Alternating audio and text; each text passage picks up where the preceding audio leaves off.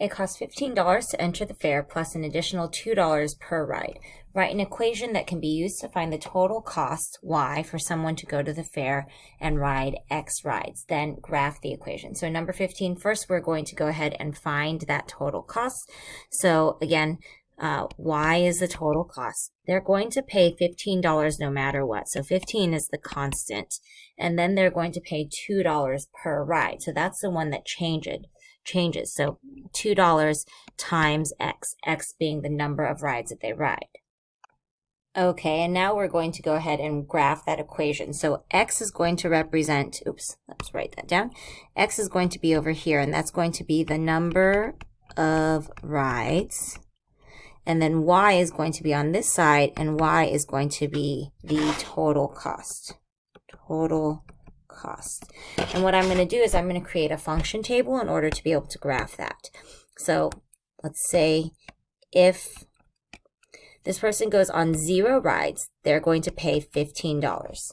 If they go on 1 ride, it's 15 plus 2 times 1, which would be $17. If they go on 2 rides, they're going to pay $19.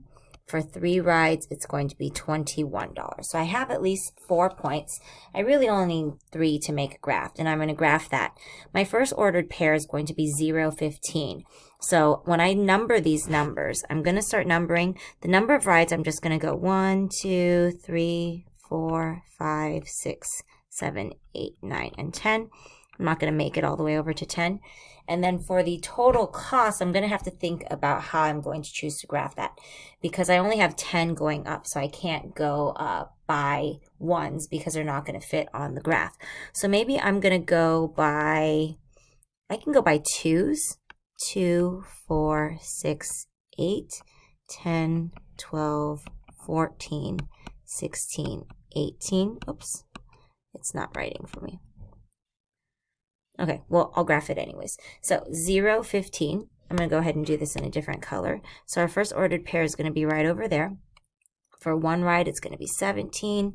That'll be there. For 2 rides, it's going to be 19, which is going to be right about here, which is kind of where that cuts off. So my graph would look something like that.